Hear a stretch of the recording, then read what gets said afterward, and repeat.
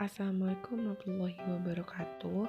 Saya Tiara Aurelia Leisi Khairunisa, NIM 2020 1043 0311216, jurusan PGSD 3B. Hari ini saya akan menjelaskan tentang unsur-unsur lingkaran kelas 6 SD. Nah, selanjutnya kita akan mengamati gambar-gambar yang termasuk dalam lingkaran. Nah, yang pertama ada jam dinding. Nah, jam dinding ini memiliki jarum pendek dan jarum panjang yang berpusat pada satu titik. Yang kedua, ada hula hoop. Hula hoop ini bangun datar yang berbentuk lingkaran. Dan yang ketiga, ada roda. Roda itu memiliki jeruji besi yang sama panjang dan berpusat pada satu titik. Jadi, apa sih pengertian dari lingkaran itu?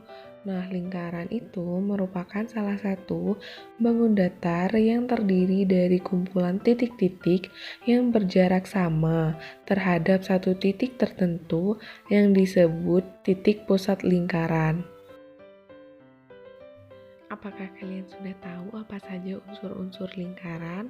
Nah, jika belum, mari kita simak penjelasannya.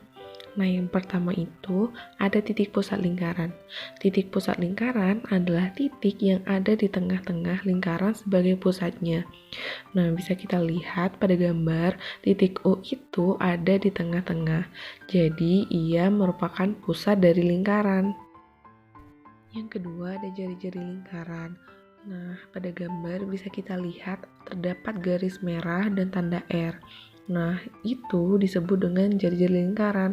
Jadi, garis yang menghubungkan antar titik pusat dengan titik lengkung pada keliling lingkaran itu disebut dengan jari-jari lingkaran.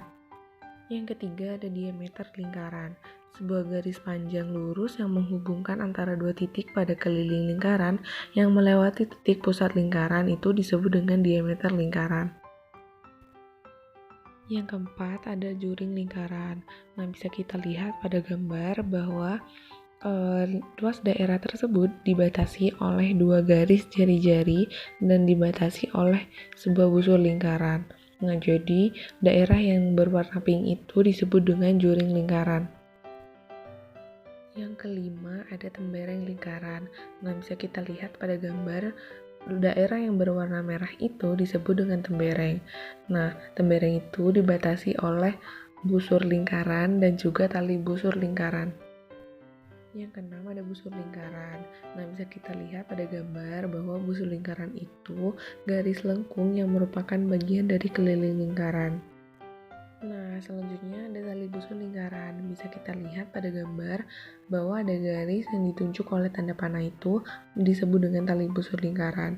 Kenapa? Karena garis lurus yang menghubungkan dua titik pada keliling lingkaran tapi tidak melalui titik pusat lingkaran itu disebut dengan tali busur lingkaran.